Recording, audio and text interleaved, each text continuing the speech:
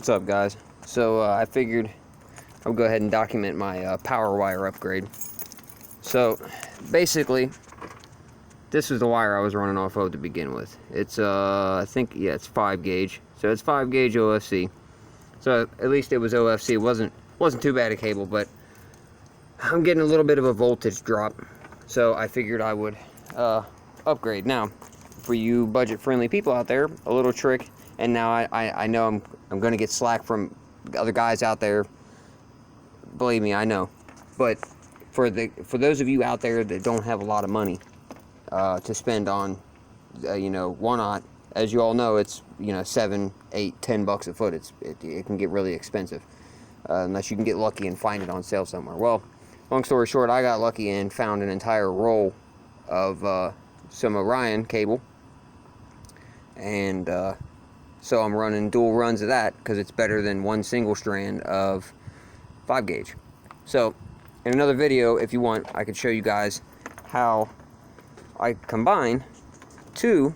As you can see here, this will be coming off of my capacitor in the back. But as you can see, if it's done correctly, you can combine 2 wires and solder them into one larger terminal, and the 2 wires will act as 1 wire. I've never had any issues out of it. I've done it in the past.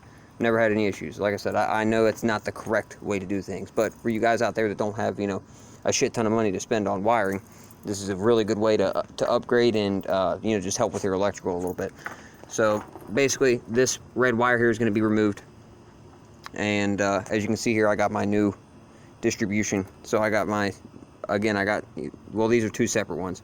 I got them running off into my 300 amp fuses into my distribution block.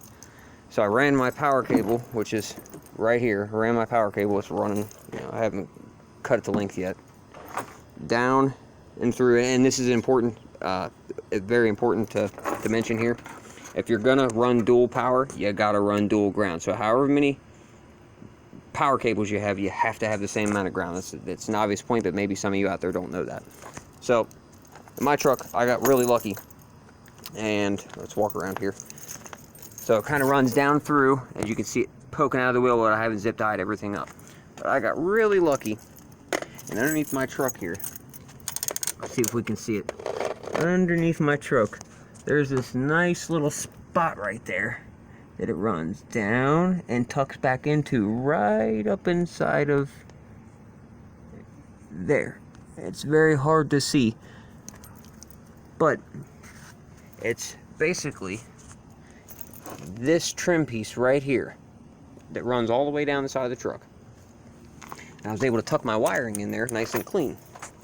So I ran it all the way back, and I cut a hole in my floor, which I'm going to end up, I'll put a grommet and or silicone if there's any extra area that's exposed still. So again, it's in the working stages here.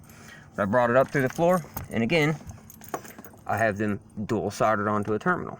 So this is going to be my power going to my capacitor back in there. You can see the lights on in the capacitor, but you can see I have a single wire there now where this is going and tapping into my amplifier box.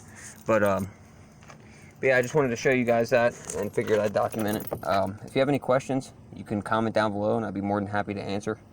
Like I said, I know my builds aren't, not super professional, but I try to go for a decently clean look, and pretty much everything I have is budget friendly. As long as it gets the job done and it looks nice, that's all that matters. Eventually I'll upgrade to one-aught cable when I have the extra money, but for the time being, this is it was a hell of a lot cheaper. Couldn't beat $50 for a whole 100-foot roll of 4 gauge cable. I mean, a brand new roll. So all right, that's about it for tonight, guys. If you have any questions, comment down below. Like and subscribe. Thank you.